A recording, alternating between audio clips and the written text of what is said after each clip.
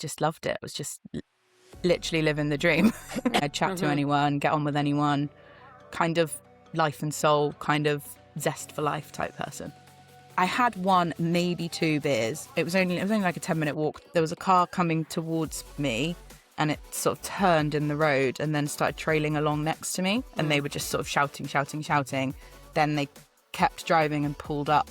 There was just basically just dark building after dark building sort of down the side of the roads. The driver got out and started walking towards me. I was like, all of these options are bad. Oh my God, I don't know what to do. But the sinking feeling was enough to trigger enough fear. He started speaking, didn't understand him at all. Do your instincts go, right, is this robbery? Is this sexual assault? Are they just trying to frighten me? Is it something worse? I feel like my brain was literally going, oh my God, oh my God, oh my God, oh my God, just over and over again. I wasn't really thinking of what is this? It was just, oh my God, like, I think I thought I could reason with him. Because if I just plead enough, then he'll go. He said something, no idea what, and then lunged at me. I got my phone out my bag whilst I was running and just like pressed dial on the last person I'd called. God bless him, heard the whole thing. They literally just drove through it or swerved. Wow. Like they would not give up. I'm gonna die. How many were on you? 5. It was Wow. 5, wasn't it? 5 men, yeah. 5. But what shocked us was the response from the police. So can you talk about that? Yes.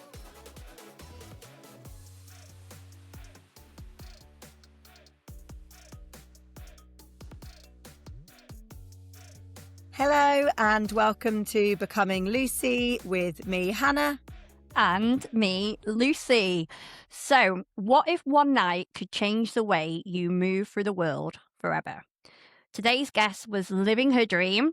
She was a successful entertainer working overseas, managing teams across Spain, the Canary Islands, and building a life that she loved. She was confident, independent, adventurous, the kind of person who lit up every room that she walked into.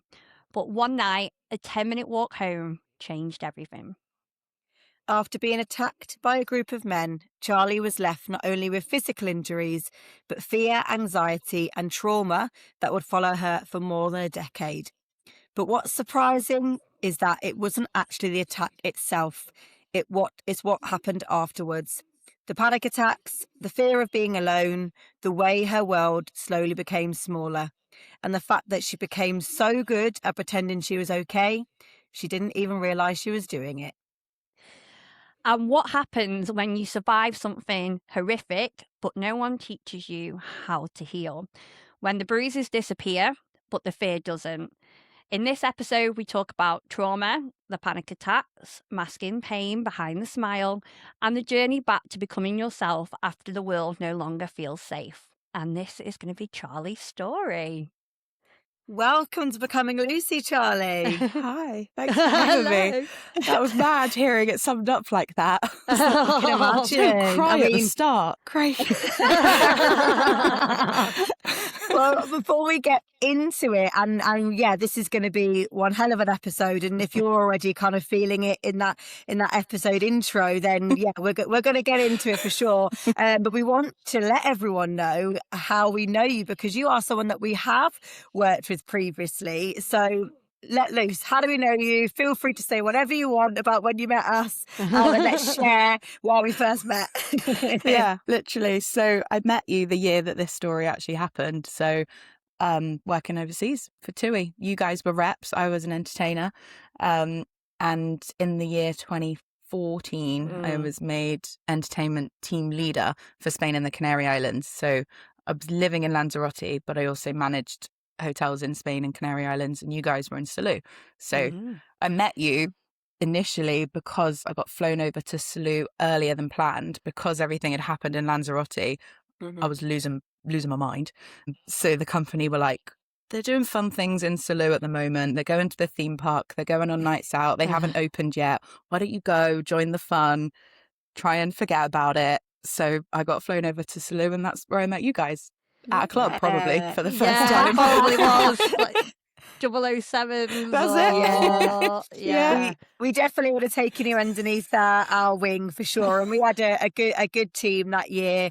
Very close knit. So yeah, and we definitely remember you coming over and meeting you, but we didn't know what had happened. No. And I think that's kind of, the crazy thing about it when you're overseas, and we have talked about this recently with our other friend Charly, and who you'll also know from that year, about kind of the relationships you form with the overseas sort of people you meet, and it's so close, but sometimes it's surface level without even meaning to be. Like, you do get so close, but do you go below that kind of like top level of having fun and just kind of finding a little bit out about family and then moving on, and you're so busy and there's so much to do and you're working all the time.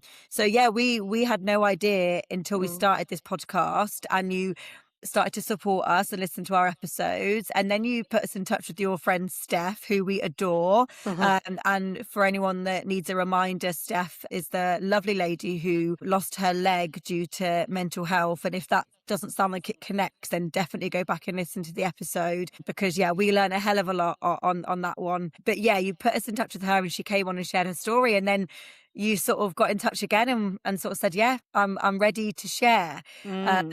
We are very grateful that you're here. We know that it was a really horrifying thing that happened to you. We've alluded to it a little bit in the intro, but we do want you to kind of, before we get into it, give us a little quick overview of what your life is now, so we can put into context kind of where you are now versus what was going on then.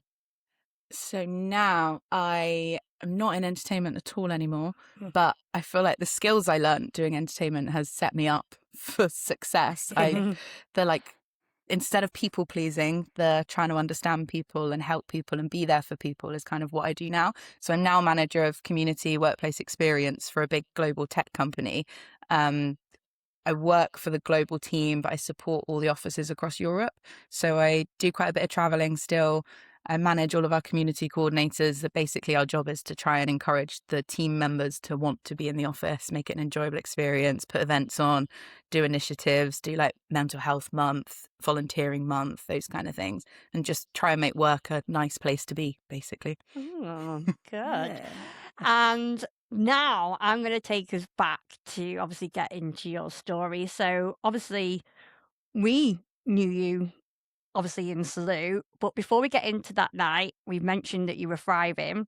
So take us back to Charly just before Lanzarote. Who was she before that night?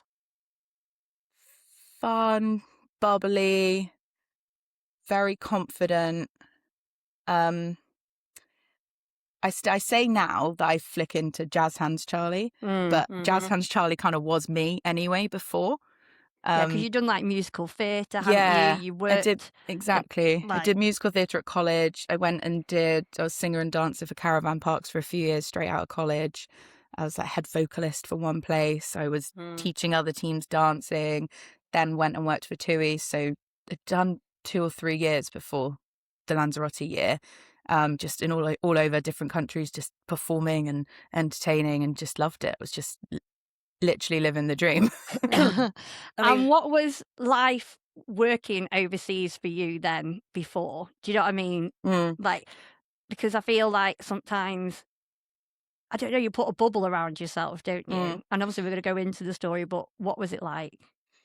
I think it was just really fun. Like, it was just really fun. It was exhausting. I think I probably had a form of anxiety in some format or another before all of this anyway, because I often felt quite insecure. I've always been curvy, and being an entertainer and you're dancing a lot and there's a lot of thinner people, and being in hot countries, I always felt a little bit insecure. And so there's possibly a little bit of anxiousness in there already anyway, but I didn't know about that. I just thought that I was just being a girl and comparing, which we always do, right?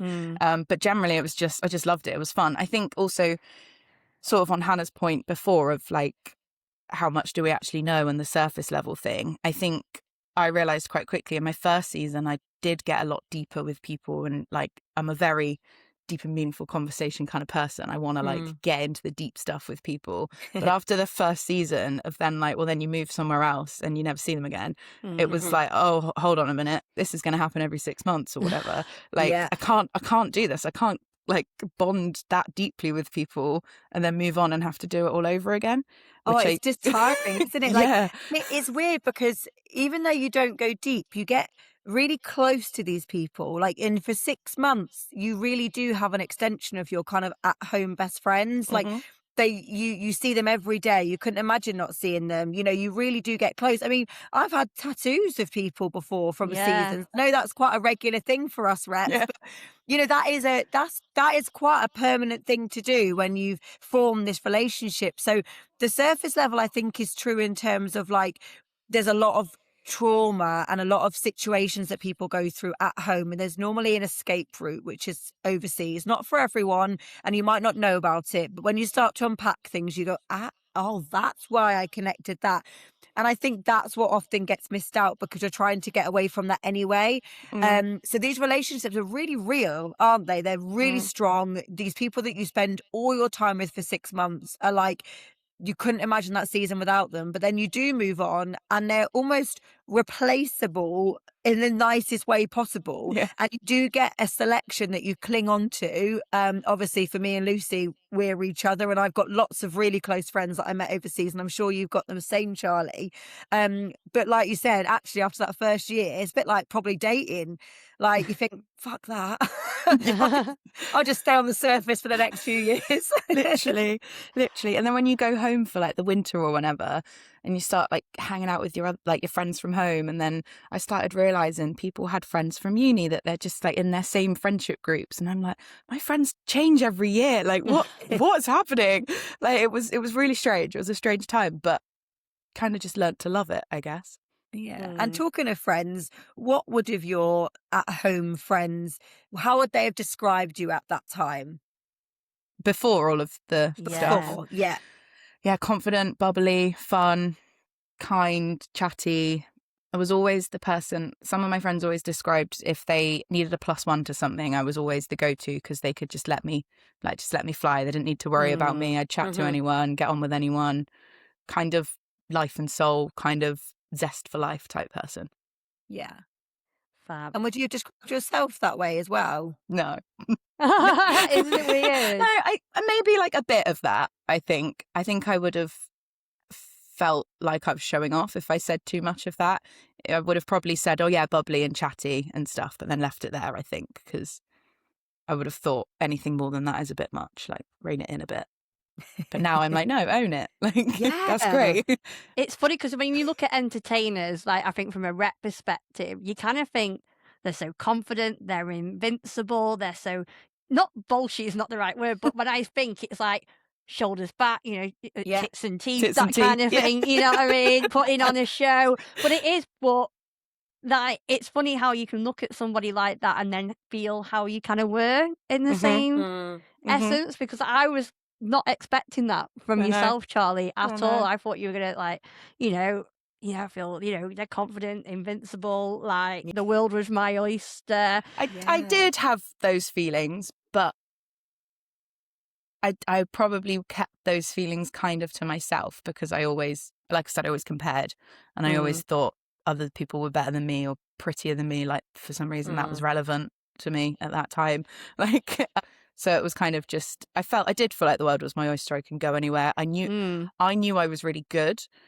And I think that was what I focused on and was like, I know that I'm a really good entertainer. I'm really good at this. I can get a promotion. I can get the next thing. I can get the country I want. I can, like, that was kind of where my confidence sat, I think. And that I was more vocal about.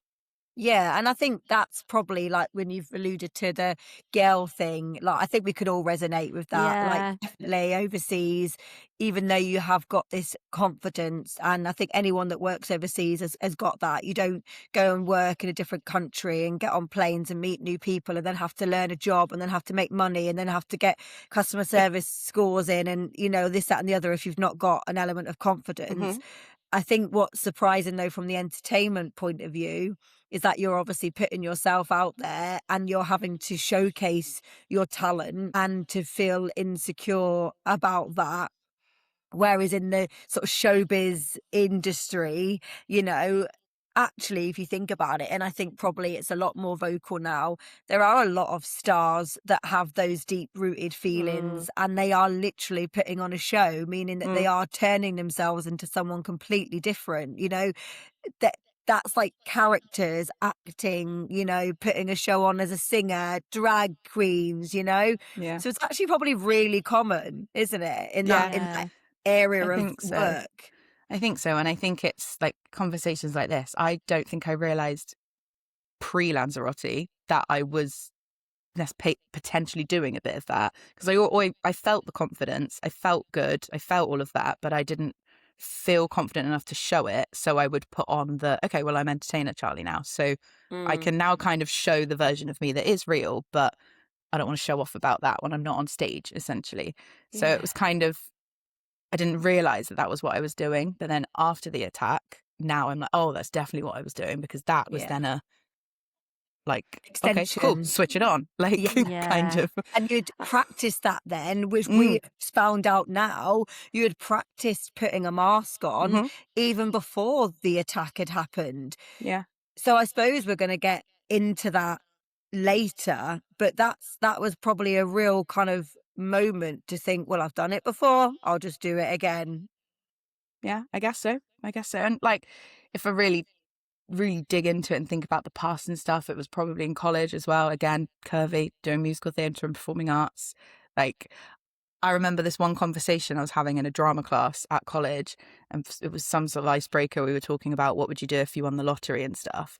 And I said something like, go on holiday or whatever. And one of the girls, who was very, very slim, went, what, you wouldn't get a boob reduction? And I was like, what? And she was like, if I looked like you, I would. What? And that was, I don't know, 20 years ago. And that has stuck with me. That's like, it was just in front of everyone. And it was just like, but I styled it out in the moment because you have to. Yeah. But that probably even then was a version of turn it on. Like, don't let it show. Like, it's protection, isn't it? Like, and also now we're older, we know that came from envy. She said that because it's something that she could swipe at you, knowing that she probably didn't have the chest size that she wanted at that time. Do you know what I mean? So like, it would have come from a place of her insecurities, but she's projected that on you at that moment. But you remember that. You're sat here now 20 years later saying, well, actually, let's go even before being overseas and working with other girls that are slim, X, Y, and it started in crazy, isn't it? God, we'll be here for an hour just talking about like, I know. Honestly. So, I mean, like I say, we could go into it. Like I say, I think there's so many confident people as well. If you put all these people in one room, I mean, I can remember my first season in Cyprus, like it's a massive destination, and people look at me saying I'm really confident now. And I can remember my hotel placements, they weren't that great. But after I've been there for a few weeks, everyone was like, oh, we're going to move your hotels now. You're actually quite confident. But in that room, it's so overwhelming because everyone's not fighting against each other, but you can get like 20s reps. But once you get to know them a little bit more, Hannah will probably agree, there's quite a lot of insecurities behind there. But again, it's all this kind of like, you know, you've got to shine there and then. When group of youth reps and you've got these like obviously massive targets to hit, it's pure competition. Like that's what drives us. We want to be the best seller, we want to have all the guests on the events, we want to make sure that we are the number one rep. Like that is a scary world to be in. But I think it's the bullshiness as well. You always get like, see you next Tuesday coming out. Do you know what I mean? It's all that kind of like, and you're like, oh, they're a bit aggressive. But actually deep down, they're really not. But like I say, we could go on. But one thing obviously we want to do is, we've talked about this evening, and take us back. Where did that night begin for you? So it was Lanzarote. I had been made entertainment team leader, so I'd gone for interviews and audition processes to try and get this promotion. Been made entertainment team leader for Spain and the Canary Islands, and I'd been in Lanzarote in this new role for maybe 5 days or something like that. Already feeling a little bit insecure because I was early 20s I had people on the team that were much older than me, had been doing it a lot longer than me.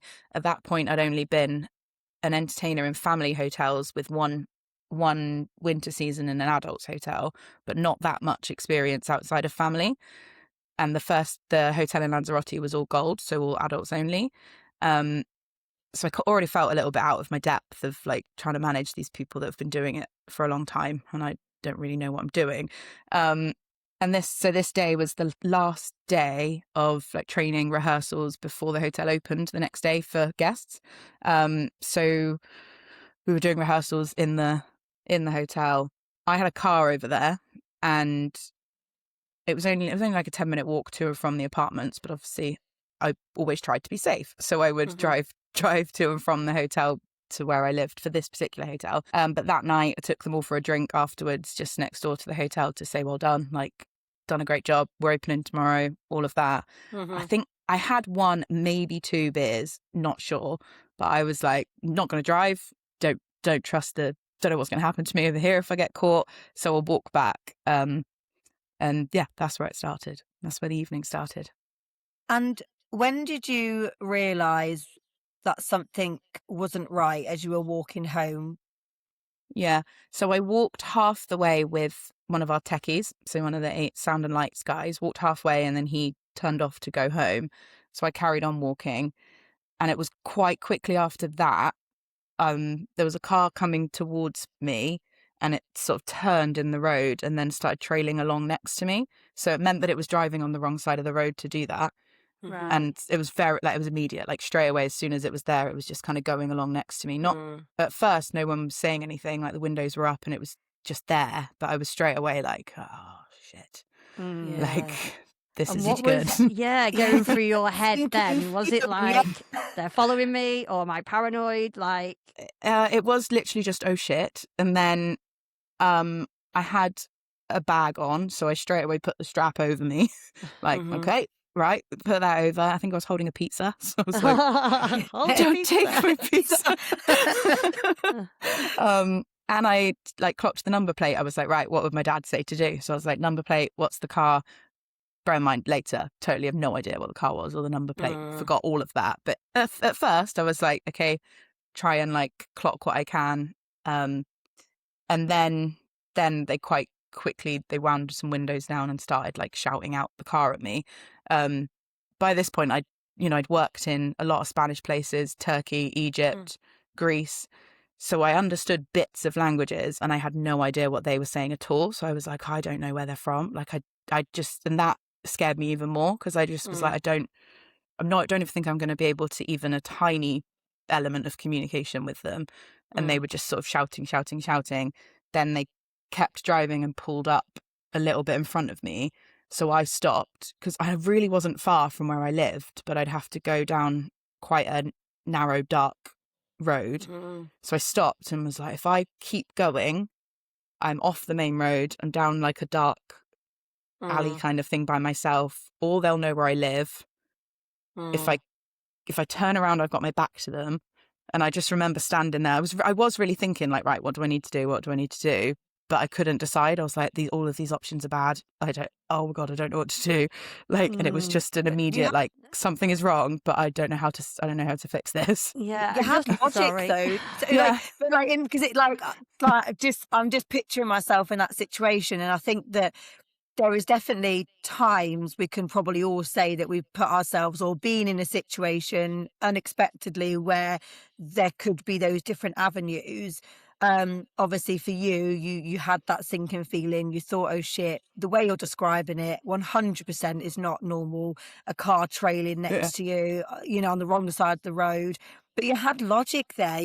I just couldn't imagine thinking in my head, like, right, so if I do that, like, so fair play to you, like, to not let the emotions take over, Yeah, I think it's so cliche to say, but you don't know how you're going to react until you're in the situation, do you?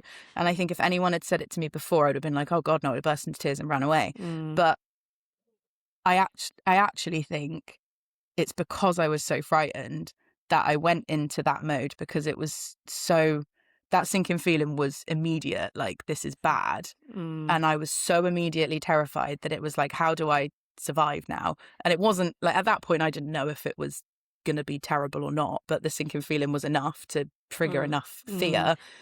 And yeah, I'm proud of myself that I had that logical moment, but I do think it came from what's the best route to get out of this?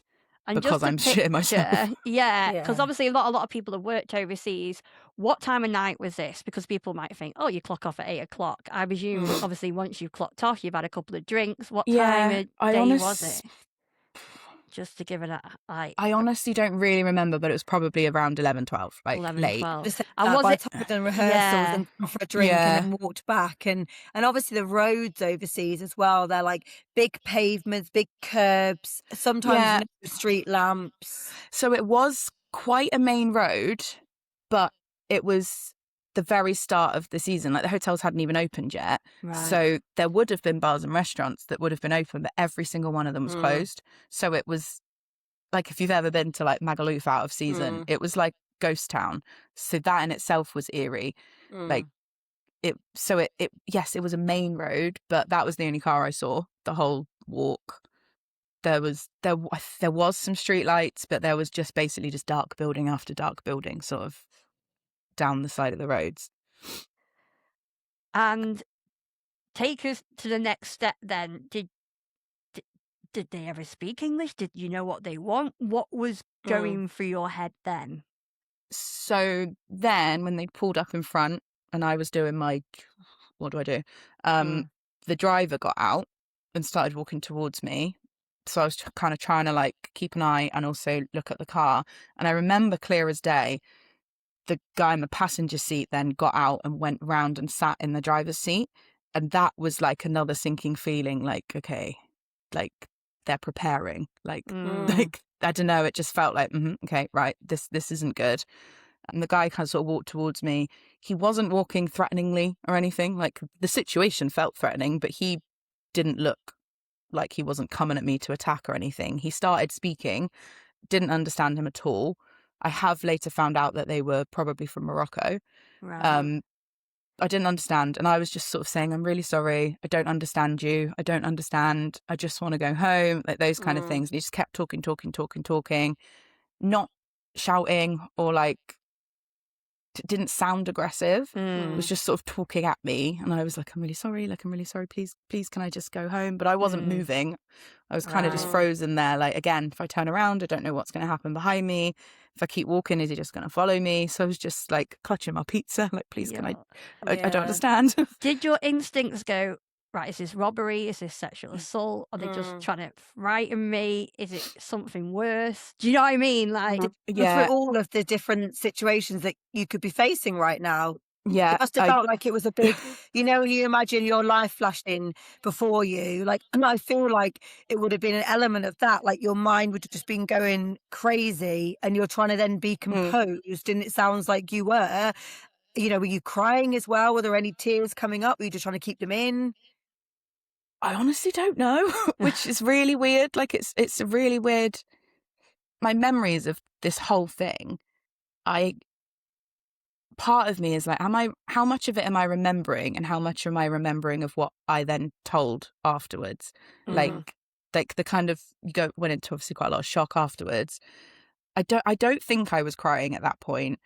I feel like my brain was literally going, oh my God, oh my God, oh my God, oh my God, just over and over again. I wasn't really thinking of what is this? It was just, oh my God, like little creatures running around in my brain screaming, basically. Yeah. And were you shaking? Do you remember shaking? Yeah. Yeah. Like literally trembling and tense. Like literally, I know I keep saying I'm clutching the pizza like it's a joke, but it was like my shield. Sort of like safety. Yeah. And I was like holding my bag. I think instinctually I do think it was he's going to mug me. But it was that clocking of the guy moving into the driver's seat. For some reason that was like that's bad. Like that's bad. And I don't know why, but in the moment it was just like, okay. Like, yeah. I think I thought I could reason with him. Because like, if I just plead enough, then he'll go. Which he did at first. So he turned around and went back to the car as if he was like, nah, not going to happen, whatever he was trying to do. But they all started shouting at him.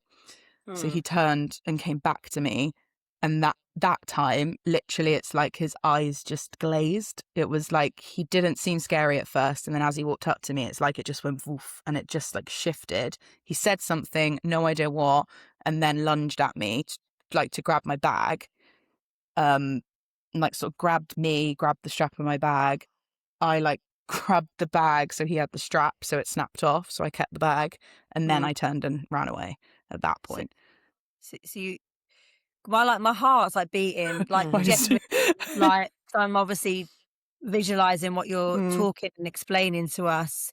So the lunge must have just been terrifying in itself. And then you had your bag still, he had the strap, and you ran towards your house. Where did you go? Like carrying back the way I'd come. Yeah. I think it was just because it was the opposite direction to him in the car. I don't think it was where shall I go? I think it was just go the opposite direction. So I got my phone out my bag whilst I was running and just like pressed dial on the last person I'd called, just hoping it would go through. It was someone that I managed who was 18, never been away from home before. Oh. I know, like now I'm like, I'm so sorry. But like they were at the bar with me like 20 minutes before that. So like, and I didn't say anything. I was just running, and they, God bless them, heard the whole thing. But I'm glad they did, because then they found me after. But yeah, I basically legged it. I dropped the pizza by this point, which is devastating. But yeah, I was like running, but then the guy got back in the car, and they like skidded round and chased after me in the car. Oh God. Yeah, but I literally I jumped over a little like hedge, and they just drove through it. So I jumped back over it, ran the other way, like jumped over a little fence. They swerved round the end to like follow me round. Like no matter what I jumped over, they literally just drove through it or swerved. Wow. Like they would not give up. And at some point they got out of the car, chased after me, smacked me in the back of the head, and I fell. And then they just started beating crap at me, basically. Like you did fight back though as well, yeah. didn't you? Yeah. So I hit one of them around the head with my phone. Oh my God. Kneed one of them in the balls. Was your colleague, like your team member, on the phone the whole time? On the phone at this point, yeah. So you running, jumping over hedges. This is like a movie. They're chasing you. Everywhere you go, they're there. You know, everything you've described up until that moment would be traumatic enough, let alone you actually running away from people. It's like you're that Andrea Jolie's character in Salt. Like, do you know what I mean? Literally. Like, and the stuff that your like body and mind was telling you to do in that survival mode is incredible. So you rang your team member. He's now off the phone, and they have chased you. They've got you. They've hit you, and you've hit them back at this point. Yeah. I was like screaming, like, help, get off me, that sort of thing. Later, when I was at the police station, they told me I should have shouted fire, because then someone might have come to help me. Brilliant. Okay. You don't think about that in the moment. Like, good thing to point out, you right? know, It's a good tip. Yeah, like, fire. Okay. Like, okay. Did you say that? I have heard that yeah. before. Yeah. But actually, I will vouch, just going to our repping areas, Northern Lights works a hell of a lot better in Iceland and Lapland. I shouted fire, no one turned around. Northern Lights. Woo! I know, one working on yeah, just noted. That's so true. But yeah, no, so I was like, I'd hit one of them. I think I'd kneed one of them in the balls or something like that as well. Like, it was all a bit of a kerfuffle. How many were on you? 5. It was wow. 5, wasn't it? 5 men, yeah. 5. Like five grown men attacking you. You're in your early 20s. Like, I honestly just can't get over it. Like, okay, so then this was happening. Did you ever think at any moment that you were going to get gang raped? Yeah, I was more, I'm going to die. Wow. So you leant more towards this is going to be the death of me. It's more, I'm going to die. And then I remember seeing the car in the corner of my eye, and then it was like, they're going to drag me into that. Like, and then they were just like kicking me, and I still had my bag at this point. And I don't know, at one point my brain was just like try and think about what they might want, and I just threw my bag to the side, and they literally stopped, grabbed the bag, got in the car, and left. Fuck off! Like, all that. That's for a all they Chewy wanted. bag. They got €20. Oh my God! Like, that's it. And I suppose when you reflect and you think back to that moment where he lunged and he grabbed the strap, and you think now if you had just taken it Yeah. off you and given it, but you didn't know at that point, you had No. no idea that that's what they wanted. And even if you had done that, you could never have predicted that they might still not have done everything you just mentioned, I got you in know. that car, that there could have been a sexual assault, there Mhm. could have been death. And I think that I say this like a lot about decisions, and I feel like you whatever decision you make in the time is the one you thought was correct. Mhm. So, I suppose I hope you haven't gone back on, you haven't beaten yourself up about those types of moments, because as you've explained, your brain was in overdrive. You really Mm. did have some practical, logical thoughts, and Mm. you were just doing what you thought was right in that moment. You had no idea what was to unfold. And then you Yeah. get to that point, you chuck the bag, almost like pigeons going off to get some Literally. bird seed. They jump off you and jump to the bag and go. Like, what was that moment like when you saw them scramble for the bag and get in the car and go? Like, how did you feel? Like petrified, I think. I would say also I have beaten myself up about that decision for years. I don't anymore. Good. Had a lot of therapy, different types Mhm. to talk it through, but I did for a long time. It was like, why couldn't I have just given him the bag? But like you said, I didn't know that that was what Mhm. they wanted. You just go into how do I survive? Mhm. But yeah, that moment was it's sort of silent, I guess. Like it was so frantic. The whole thing was so loud and Yeah. How terrifying. long did it go on for, do you think? I know it's hard to say.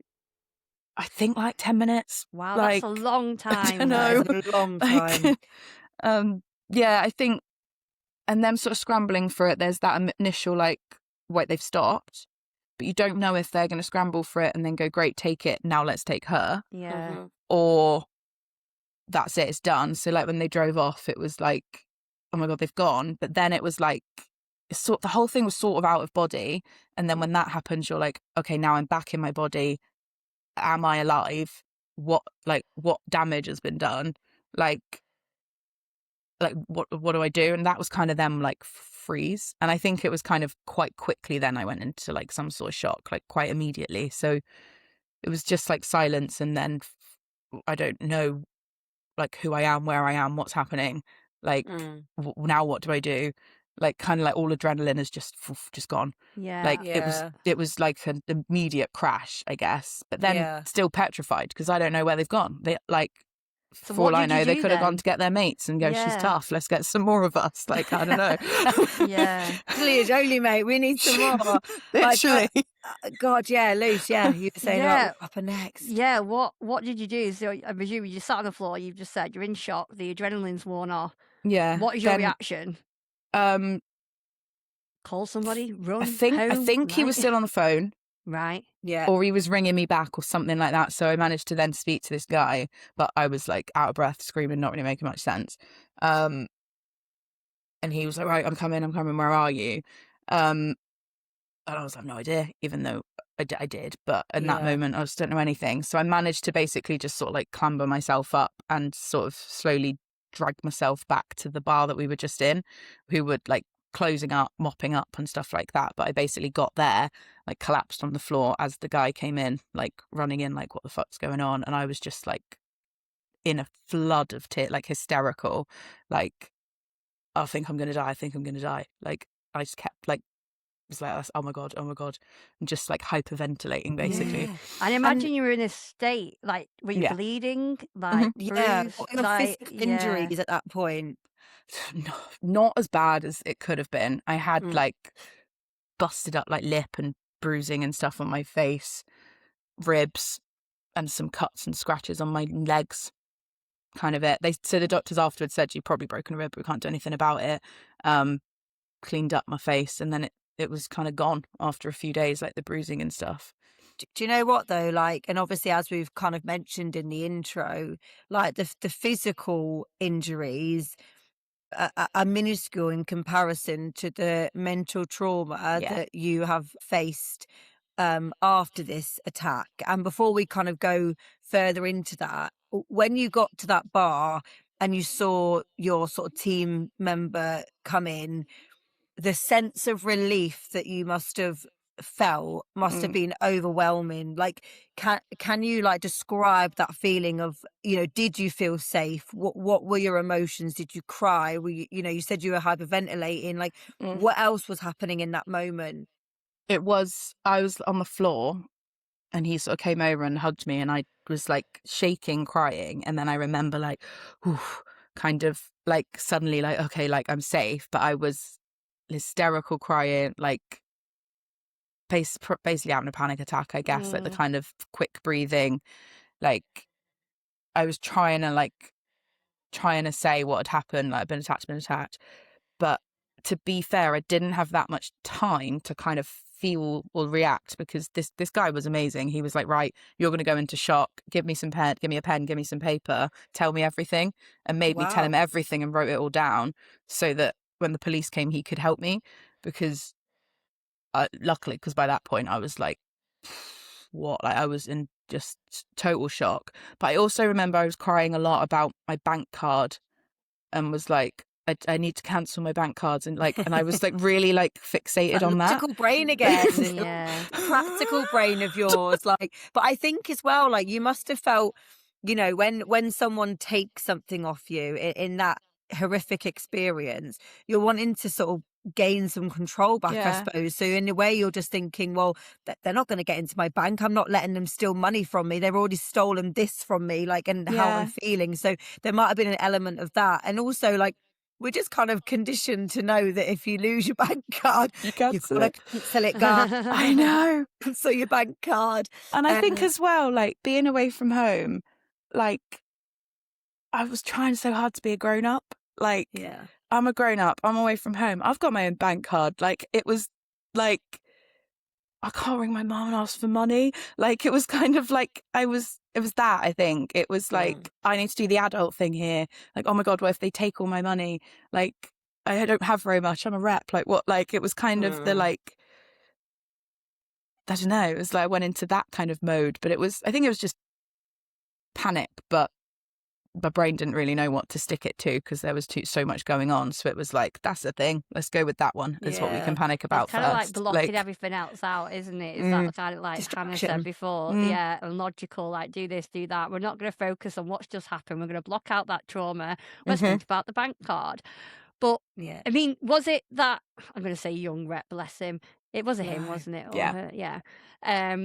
Was he the one who got off the phone and then rang the police? What were the bar staff doing? Was everyone the bar staff rang the police, but they also gave me a pint of vodka and a cigarette. Even though I didn't smoke, they were like, just take this. I was like, okay. So they were like, I don't know what to do, have this.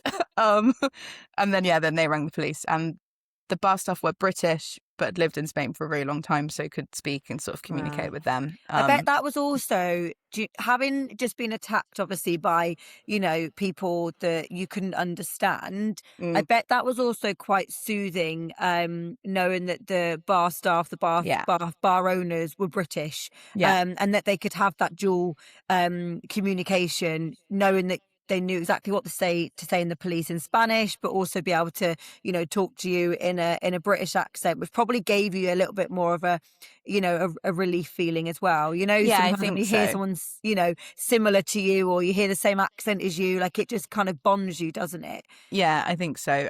And just it being somewhere I'd been before and faces that I'd seen. Even, like I said, I'd been there 5 days. I didn't know these people well, but I'd met them. So it was like, you're the safest thing I've got right now. And that in the moment felt like everything I needed. Like, oh my God, like there's some sort of safety, some sort of familiarity. Can I just say, I'm just going to say, I'm just thinking back as well to your team member. Like, you know, I have already taken away fire for one, if you're getting attacked, and also the fact he was so clever in terms of like getting a pen and paper. Like I would, like, if I feel like if I was in that situation, I'd be talking to that person and trying to like get in what you know what had happened. But actually, for both parties, getting it written down so it's legible. Because again, if he was trying to remember that as well, on top of trying to look after you, on top of whatever. So I just think that's a brilliant thing that he did. And like, Yeah. you know, fair play. Like, Yeah. I hope he got a gold pin. Sorry. Context, guys. Gold pins were given for the service that we would give to customers. If you achieved your customer service, you would get a bronze or a silver or a gold pin. So I think he needed more than just a gold pin to that. He did. Okay, so police have been called. You've got your pint of vodka. You've got your cigarette. You've got your pen and everything's written down. Yeah. What happens when the police turns up? They asked a load of questions, got frustrated at me because I couldn't answer everything. Then the guy would sort of jump in, like, this is what she told me before.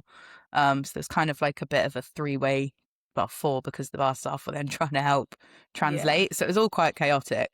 And I'm just on the floor like, oh my God. And then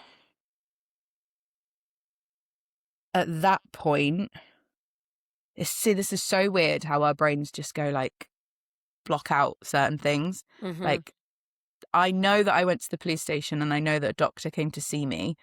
I don't know if both of those things were the next day or one was that night. I genuinely don't know. I think they were the next day, but I'm not positive. But it happened. It happened at some point. It definitely happened. Which is the main thing. Yeah. But then they obviously had my bag, which had my keys in. So this guy definitely deserves a gold pin. I went and stayed at his. So I had the bed. He slept on the sofa. Oh, I was going to say, I sleep. hope you didn't go home because just that thought of that door I kind wouldn't of have shut anyway. behind Like, you. Yeah. Yeah. So I went there and then. Did you manage to sleep? No, not at all. No. And I remember just constantly checking the time, thinking I need to tell my mum. But like, what time is it? Can I ring her yet? Like, because I was like, again, logically, in the moment, I wanted to ring my mum so bad. I was like, I can't ring my mum from Spain crying at 1 a.m. or whatever it is. Like, that's not fair. But all night was like, when can I speak to my mum? Oh, that's breaking my heart because it's like, you're just like, in that moment, it doesn't matter what age you are, it was like you were 5. You just needed your mum to reassure you, to like, you know, metaphorically cuddle you, to like tell you everything was going to be okay. And like the fact that you had that sort of, what's the word, where you're, you know, protecting your mum, you were, you know, really conscious of that. And you just went through the evening knowing that you couldn't call her until the next day. Like a lot of, I can't think of the word and it's annoying me. It's not determination. What's the word when you're like, this is really annoying me. I'm so, self-control. Okay, yeah. Do you know what I mean? Like that self-control, not to just like crumble and call your mum and say like I need you, but you know that she would have picked up that phone. Absolutely. I bet she was fuming with you as well. 100%. Absolutely fuming. This is a tangent, but later that year, I don't know if you remember, Hannah, definitely, I broke my arm when I was in Salou. Same year, obviously, because why wouldn't it happen the same year? Did it on stage, then backstage. My hand's like wonky. First thing I did was ring my mum in floods of tears. And afterwards she was like, now I know what happened to you a couple of months ago. Why the hell are you ringing me? Hysterically crying. I'm obviously going to think the worst. I go, my arm's broken. And at that point, I can't take my watch off. Why am I so focused on such like niche things? Like I'm crying because my hand's bent funny and I can't get my watch off. My mum's like, what do you want me to do? Yeah, and also, don't ring me now. Like, you survived a attack 2 months ago. What are you ringing me for a broken arm for? Do you think it was though, like subconsciously, once you didn't call your mum about that, and you spoke to her in the end, and she would have told you ring me anytime? Do you think even now, in this current year, or if anything happens, do you ring her straight away now? Like, 100%. Yeah, literally. Yeah, I think I took that straight away from her. That I think what probably upset her the most was that I went through it on my own and then had to deal with it for a few hours or whatever it was on my own. And she wanted to feel like she could have been there for me, and I think probably felt sad that she probably thought I didn't think that she would be there for me, or didn't think I could bother her with it or something like that. But like I said, it wasn't the case. It was just, it's the middle of the night. I don't want to scare her. Like, that was it. I didn't want her to worry. So, but then I spent all night like, what time is it? What time is it? Like, is she awake yet? Like, even though I would have woken her up and it would have been fine, but something for your brain to focus on, I guess, rather than what else it's actually probably feeling, but too sort of scared to accept. And then circling back, 'cause I know the story and Hannah knows obviously as well, but what shocked us was the response from the police. So can you talk about that? Yeah, so obviously went to the police, was in the station, had a translator with me. That experience in itself was terrifying. I hate that this is so cliche, but it was all men, and given what just happened with all men, I was like, this is really freaking me out. Quite a few things happened. They said the fire comment, you should have said this. They said they kept really honing in on the side of the road that it would have happened on. They were like, but that's not the right side of the road. That's not the side of the road we drive on here. So they can't have been trailing along next to you. I was like, no, that's what I'm saying. They turned around and drove on the wrong side. No, that can't be right. You're wrong. Like this basically saying your story is not true because that isn't factually what we do here. So that element's a lie. Therefore, you're probably lying about the rest of it. I was like, no, that's what I'm saying. And then they said, like, where did it happen? And I tried to explain, and they were like, oh, you were really close to this other hotel. They've got CCTV cameras. If only you'd moved like a couple of meters to the left, we'd probably have caught it on camera. Like, oh, I'm so sorry. I didn't think of that. Like, literally. And like with this, obviously, we've already spoken about you don't know whether it was that night or the next day, but the initial conversation that you had with the police when they came to the bar, did that feel any better, or was that kind of the start of it? And then when you went to the station, it was almost like an extension of it, or did you feel like you had two different experiences with the police? It felt like two different experiences, actually, but I think that might be because I had those people with me when they came to me when it happened. Like I had the bar staff, I had like my colleague, and they were kind of holding the fort essentially with the conversation and trying to get me to answer when I could. But that felt more like they're here to get what's happened and then they're going to go and deal with it. Like it felt like yeah, great, the police are here, the police are safe. Like they need to get everything from me and then everything's going to be fine. Whereas then in the station, it felt more like it was like they were trying to catch me out. And like I've proved here, like our brains block things out or change memories or whatever because of fear and trauma and whatever. So you start like doubting yourself. So when they're questioning all these things, you're like, wait, was it that side of the road? Or like, then you're like, oh, maybe it wasn't that bad. Like they kept honing in on like, was there any weapons? Did they like anything to do with like sexual assault? And they kept saying it so many times that in the end I was kind of like, actually, yeah, no, it's not that bad because like I didn't get raped, so actually it's all right. Like they were literally gaslighting you, basically, yeah. And they told you as well, didn't they, to be grateful? Yeah, you weren't. Yeah. Said like you should be grateful, like obviously you're not dead and you weren't raped. So, and then the doctor, police or the doctor, someone at this point, gave me a stress ball, stood behind me and gave me like a really quick little shoulder rub, opened my mouth, lifted my tongue up, put a little pink pill there, closed my mouth and went like tapped me on the shoulder and went, just try to relax. And that was it. That was the treatment that I got. Oh my God. Like I mean, even you had physical injuries at this point. So the fact that they weren't even wondering where they had come from is just horrendous. You know, we've done episodes before and we've talked about like the services and everyone has different experiences. So obviously, again, you know, highlighting here that your experience with the police in Lanzarote was an awful one, you know, yet there might be other people that have had experiences that have been really positive. So again, we're just talking about your experience, but my God, like horrendous. Like, and what happened after that when they were basically gaslighting you and trying to convince you that, you know, either it didn't happen or it wasn't that bad? They gave you this fucking pill. Like, what happened after that then? Did you sort of walk out of there feeling like obviously completely dismissed, that you weren't Yeah. believed? Like, what was your next steps after that? So I did go back to the police station to push more, because I was, whether it was me that pushed more or someone else pushed me to push more, I don't know, but went back and sort of said, like, we need to do something about it. Like, are you even looking for like who it was and all this stuff? And at that point, they put this binder in front of me. So this was in Lanzarote, but in like the quietest part of Lanzarote.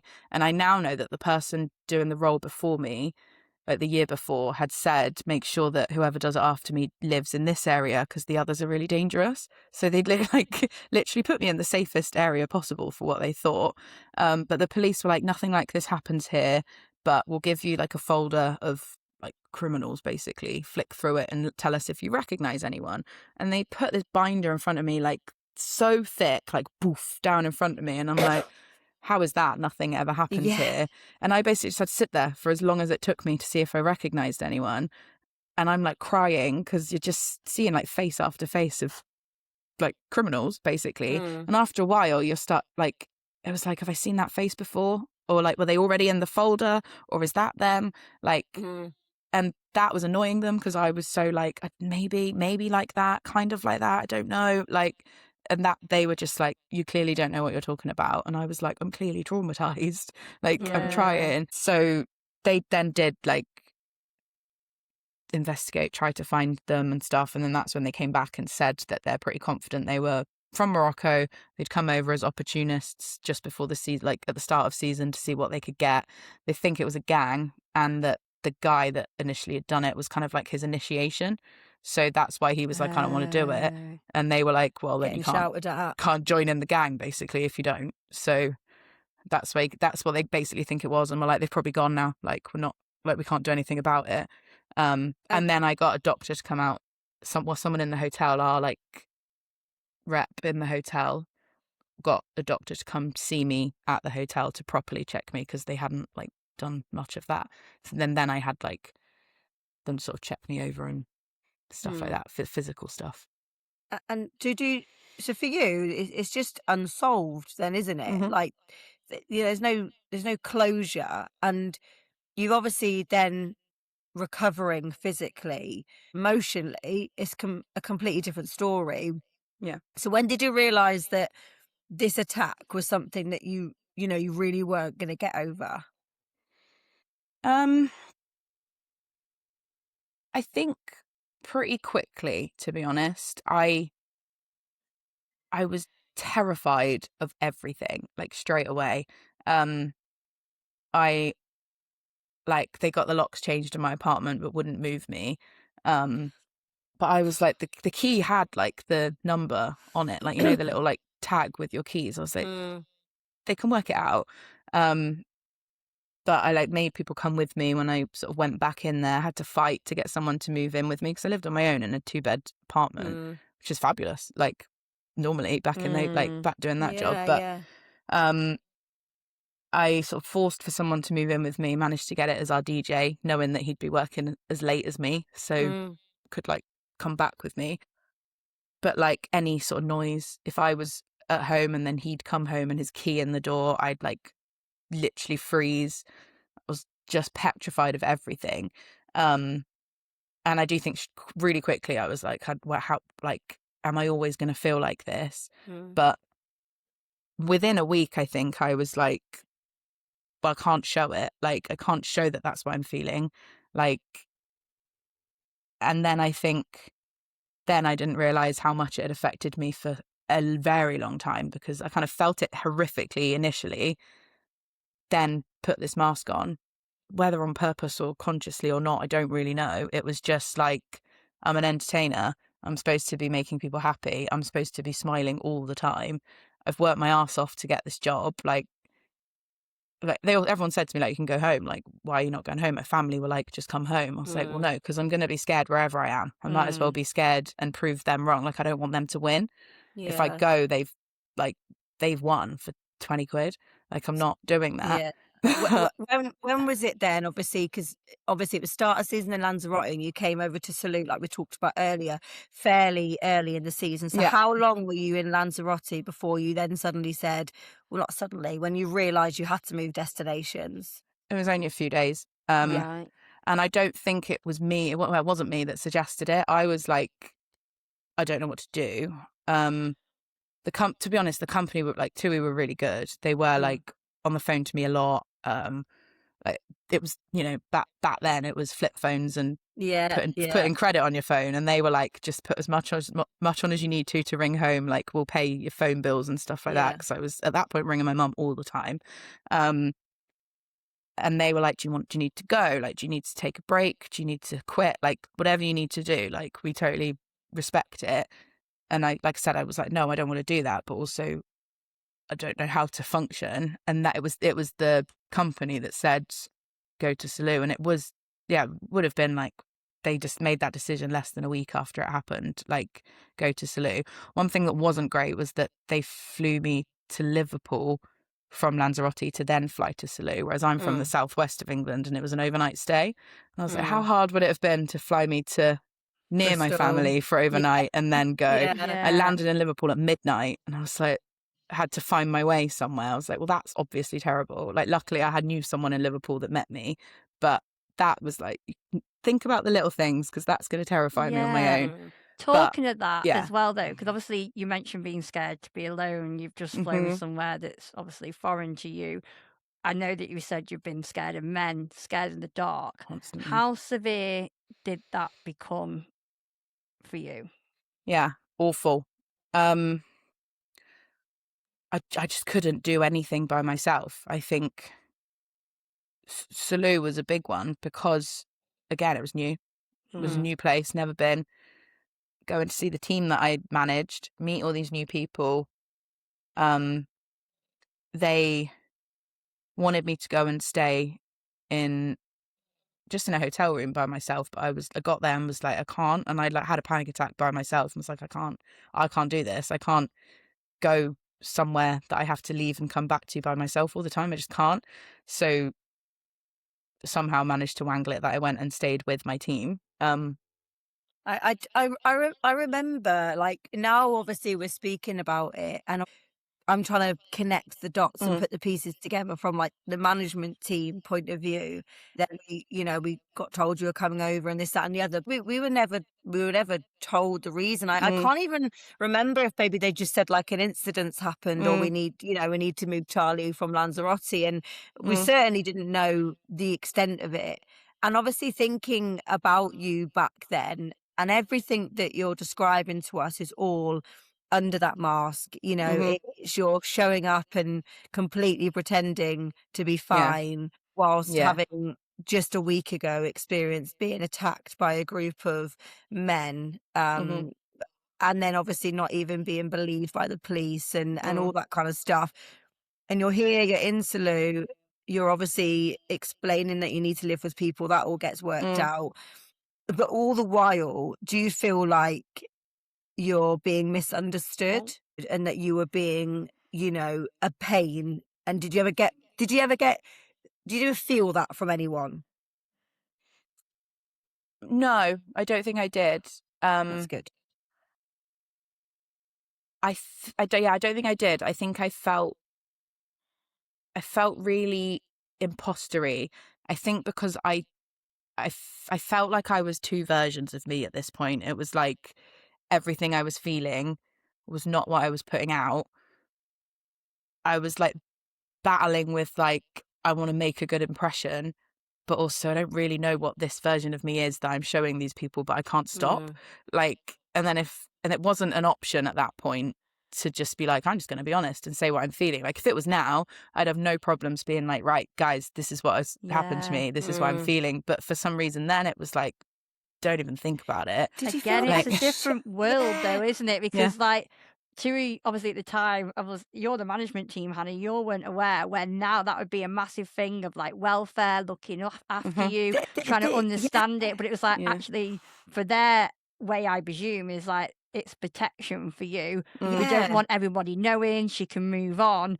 where no one actually got to understand. So if Mm. you're, no offense, like if someone's like, you've got an apartment on your own, what's you being so fucking whatever Men, about? Do you know literally, what I mean? literally. Like, And that's what, like, I don't know if you could film and hear my cogs ticking. I was trying to picture us there being like, okay, so looking at our accommodation spreadsheets and looking at budgets and all this kind of thing. And obviously we did it, and I'm really glad that you felt supported and you didn't feel that there was any kind of, wondering what was going on. But like, Lucy's completely valid. Like that it's so strange how that we didn't get fed that information. I think I probably presumed that someone had told you, because my direct managers knew, the like Lanzarote site managers knew, the company knew. I think I presumed when they'd arranged it all that then the right people in Salou would know. I think Rob knew something. I was Like, just about to say, I'm going to have to, yeah, are we going speaking to her? But I did, Yeah. because now I'm kind of second guessing myself, thinking like maybe it was Rob who was kind of your manager at the time, and obviously kept it confidential. Maybe it was that, I don't know, but anyway, I think we're going off on it. But I think my point is, it's just like, this is just mad, because like we said, this day and age, it would be, full on transparency to make sure that you got the best care and welfare that you needed. And, who knows, maybe there was some kind of element of it, but I'm just glad that you came and you felt that you were, Yeah. you didn't have those feelings and you didn't think people were thinking that, because we absolutely weren't. And also the two versions of yourself is really interesting. And that you said that you couldn't stop. You couldn't stop performing, basically. Yeah, With your new version of yourself. it was literally like this mask just appeared. It was me, like, but it was Jazz Hands Charlie, I guess. That's when she was born. Like, and it wasn't conscious. And I wasn't really aware I was doing it in that sense, but I was aware that I didn't feel like I was being genuine. Like, I felt like I couldn't build connections and I couldn't bond with people, but I was aware that it was me. It was kind of like the mask was also like a wall that was like, don't come the other side of it. Like, I can't do that.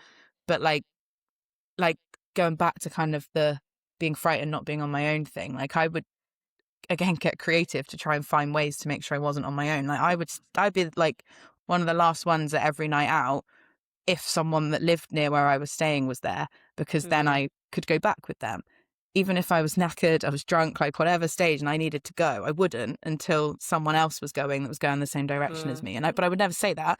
Like, and I know that there were people that would walk me back if I asked. I know that, but for some reason in the moment it was like, no, don't talk about that. Don't say that. Like I would work all hours under the sun just so that I left at the same time as the team, came back at the same time as the team, went on the same nights out so I wasn't alone. Like, it was exhausting. Was there a sense of shame attached to it? And if there was, like, why? Because again, it goes back to Lucy's point of like, nowadays it would be like, absolutely need to share this experience, which is what you're doing now. And we're super grateful that you're explaining to us like what happened. But where did that sense of shame come from?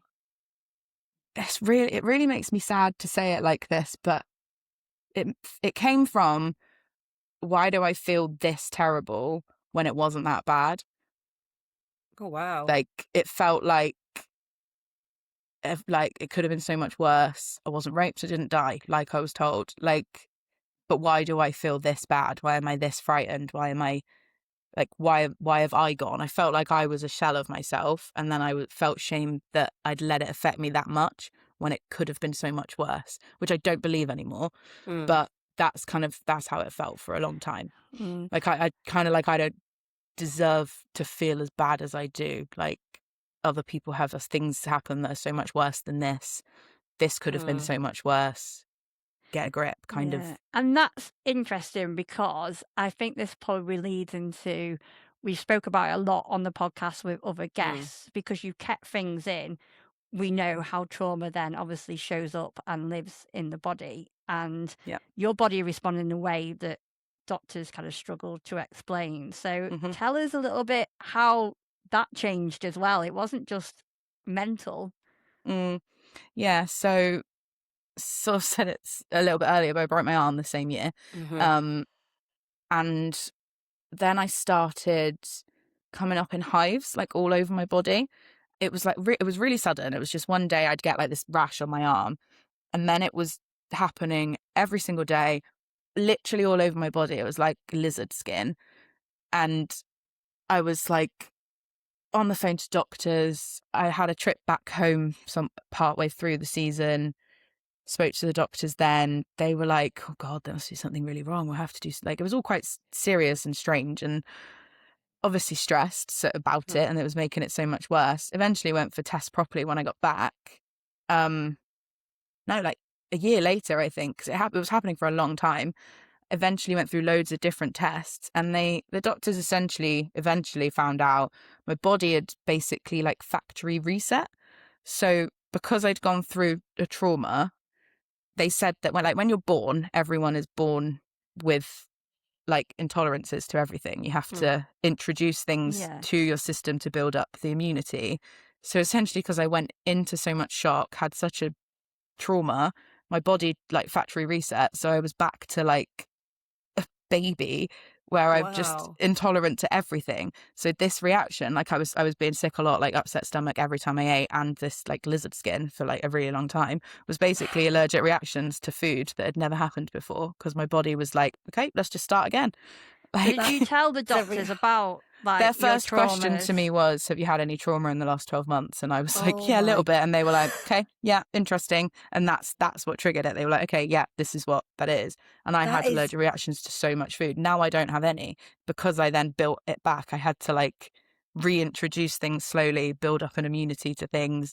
Like, and do you also think that you don't have it anymore because you have mentally dealt with it as well? Like you've mentioned, you've had therapy. Do you think that goes hand in hand? Because that is such an incredible reaction to trauma that you started from scratch and had to reintroduce food. Like, and like we said, we have spoken about it a lot, that trauma, it comes out of your body, like from a physiological point of view. So do you think it was the combination of like mental health, therapy and rebuilding that way combined with physical health? Yeah, probably. And I think, yes, I've gone through all this therapy. I was going to say I'm not fixed. I don't think that's even really a thing. I think we can always be having conversations and having therapy, and we're always kind of a work in progress essentially. But now if I feel anxious, my stomach is the first thing to go. Like, I won't be ill at all, but I'll get an upset stomach, and then a couple of hours later I'll be like, oh, I'm really anxious about this thing. I'm like, my body actually told me that a couple of hours ago. It took my brain a couple of hours to catch up. So it's this very much still connected, but only in those moments. I think that building up that immunity physically and kind of dealing and processing the kind of trauma over the span of a lot of years. Like, it took me a long time and various different types of therapy to kind of get to a point of, okay, it's not ruling my life anymore. It's still there, but it doesn't run me anymore. Combined for sure. Yeah. So interesting, isn't it? Exactly. And just to kind of roll back, because obviously you've had the trauma in your body, you said obviously you were mentally kind of backing it up. And we've mentioned Jazz Hands Charly. Do you think she protected you, or do you think that she actually stopped you from healing when you look back? Oh, yeah. Kind of both. I think she protected me at the start, because I do think that is what I needed. And I think if I'd not gone into that, I would have crumbled. Yes, I might have healed quicker, but I think I'd have been left with more anger and shame around maybe like leaving the job earlier than I wanted to. And I have amazing memories from I stayed the whole season after that. And then I did Lapland that winter, which is mad because it's dark all the time there. But I was like, I'm not passing up on this. Like, I will find a way to make this work. And I'm glad I did. So I feel like having Jazz Hands Charly there protected me and gave me some amazing memories. But in the long run, did definitely hinder my healing, and is still a thing. Like, she still comes out now, like, but now I can tell, and I'm like, oh, why are you doing that? Like, but it's not as often. But sometimes I will use it as do you know what, I need to get through this, so I So actually you're in control of it I'm in now. control of it now. Yeah. Yeah. So that's so interesting, isn't it? And it's like that mask that we've again spoken about on lots of episodes already, that we just seem to be so good at kind of like taking on and off. And like we said in the intro, you were so good at pretending you were okay that you didn't even realize, and you just got this like cross contamination of jazz hands Charlie. Whereas now, like you said, you're in control of it, which is really, really good. And I think that is probably what helped you achieve some of your goals, right? When you were kind of doing your therapy and you were working through the trauma. And understandably, living alone was something you didn't want to do for a long time. Can you tell us, have you achieved that goal? Do you live alone? And what other things have you done kind of over the years to kind of conquer those fears from the attack? Yeah. So I don't live alone now. I live with my partner now, but I have lived alone for a few years in the past. So proud. Yeah, that was a big thing. It was like, never going to do that. I'm never going to be able to be alone. But I went to a few different therapies, and then it was actually hypnotherapy that I started. It was a colleague at the time in the job I was in. She's very spiritual. She runs on energy, and she would always say that my aura was changing colors every 5 minutes, and was like, "Who are you?" I was like, "I have no idea." And she kind of picked up on it, and I hadn't told her anything. She was like, "There's something going on with you." So I ended up telling her, and she put me in touch with this woman. So I did some hypnotherapy, and it was more like mindfulness. It wasn't like if I clap my hands, then you'll sort of do this. It was more like getting into a state of a sort of meditative state and then working through things. And it was during that I kind of realized that living alone would be a goal for me. That was like, that's something that I can aim towards, to kind of, at the time, it was to prove to myself that I wasn't weak. But actually, I don't think it really was that. I think it was just like, you can get through this, like, just be okay by yourself, basically. So yeah, did some hypnotherapy. That in itself was really interesting. I had to do, whilst in the meditative state, that's hard to say, in that state, I had to replay the incident in my head like it was a film, and then rewind it, play it again, rewind it, play it again. Wow. And like fast forwarding it, so it was going really quickly over and over and over and over again. Obviously very traumatic to do, but they sort of taught me that your brain can't be bored and scared at the same time. So if you keep doing it so much, your brain is like, okay, this is boring now, put it in that filing cabinet instead of the fear one. I just found that fascinating in itself. So yeah, I was doing a lot of that, and it built me towards then living alone. So I then started renting a little studio in February 2020. So I had a lovely 4 weeks maybe of enjoying myself, being single in Bristol, living by myself, and then lockdown hit and it was horrific. Like, why did I choose to live alone now? But yeah, I did that, and that's part of the journey. Like, right? it was almost like that was meant to be for your recovery as well. I mean, I'm not too sure, whether you did move back in with parents or whatever, but just doing, whether it was 4 days, 4 hours, 4 weeks, you achieved that goal. And after what you had been through, like, what an amazing achievement. Thank you. Like, it's so incredible. I stayed there for quite a few months, did move in with my parents for a bit, but then I bought a flat by myself and lived there alone for 2 years after that. So yeah, amazing. I did it. I sat by the front door in a duvet most nights at the start, like just checking no one came in, but then eventually was like, no, I'm good, I'm safe, I can do this. I can do this. Yeah, now I'm not so bad. I can do things by myself. I'm still sensible. Like I won't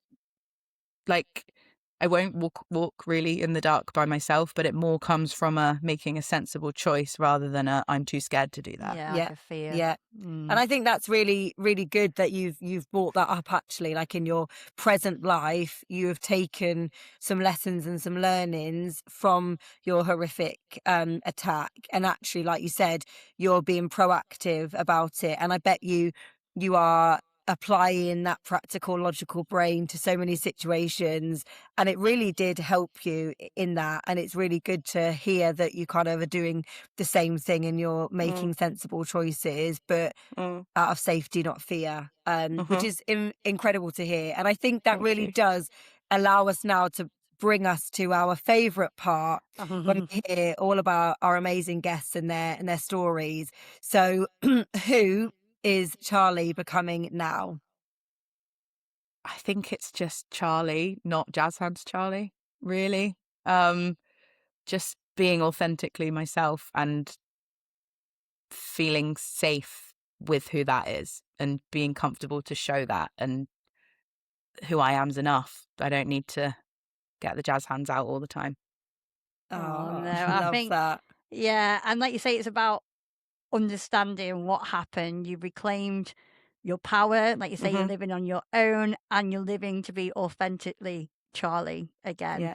So, and that's what becoming Lucy is all about. And I think we're learning that all the time. I know Yeah. I definitely have, even in this last couple of weeks. It's surprising what can you learn about yourself. And I'm sure a lot of people listening will also recognize themselves, hopefully not too much in your story, but like to reach out as well, because I think one thing for me I did want to highlight, again, I've been watching quite a bit of telly recently, and I know me and Hannah have spoke about this, must have been at Radio One weekend, was the drama Believe Me, and that's where your story kind of took me, as all these women were coming forward reporting these things and no one was really truly believing them. So I think, yeah, I've just got goosebumps going, just try to even think back to obviously those stories. But I think just, again, hats off to you to go back again, look through those photos, identify them and be listened to.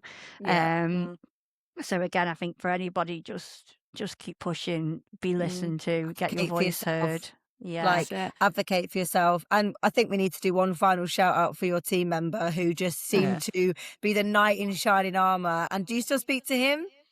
Instagram, if that counts. Well, when we share this episode, just share it to him and just say, might not speak very often, but you've been brought up. We've done an episode. And what's he do for a living now? I'm just intrigued. Security guard. He's in the police. I'll find out. And we'll obviously be able to give him a little shout. But I think maybe for him, like, you know, listening about how impactful him being there and doing all the things that he did and thinking outside the box, you know, maybe he's never really thought about that. And maybe he thought he was being an inconvenience or not, you know, not enough. So maybe, you know, putting this into his DM might allow him to heal if there's a certain point that he's taken from that, you know, because it would have been traumatic for him to see that. So that'll be exciting to know if he wants to listen to this. And for everyone else, obviously, we'll be getting this episode out in our season 4 cohort, so to speak. And our previous episodes where our amazing guests are out there for you to listen to. But from us now, Charly, thank you so much for sharing and being so honest and being so detailed. We know that would have been triggering for you, and we're just super grateful that you're sharing. And if there is anyone out there that maybe has gone through a similar thing and, you know, they want some support and help to get through it, there are so many fantastic charities that will help. And hypnotherapy, you've, you know, alluded to, maybe that's something that people can look into. But thank you so much for sharing today. Thank you for having me. Yeah, absolute pleasure. I think Rodney could probably make some use of that hypnotherapy and salute. Sorry, my mind was going back to that. I was like, God, we could not abuse Rodney, but you know what I mean? He was very good at like... No, but he did all the illusion stuff. I can remember doing like we did a seance with him one year and he literally scared the hell out of everybody. We did do that. Like Sam Inkston ran out crying. And that was all illusion and mind games and hypnotherapy, like getting in their heads. Well, anyway, that's a different story. So, Rodney, into business together. Right. Anyway, let's cut this off. We're done. Thank you, Charly, so much. Thank you. Goodbye from me and goodbye from... Bye. Goodbye. Charly. Right. Bye.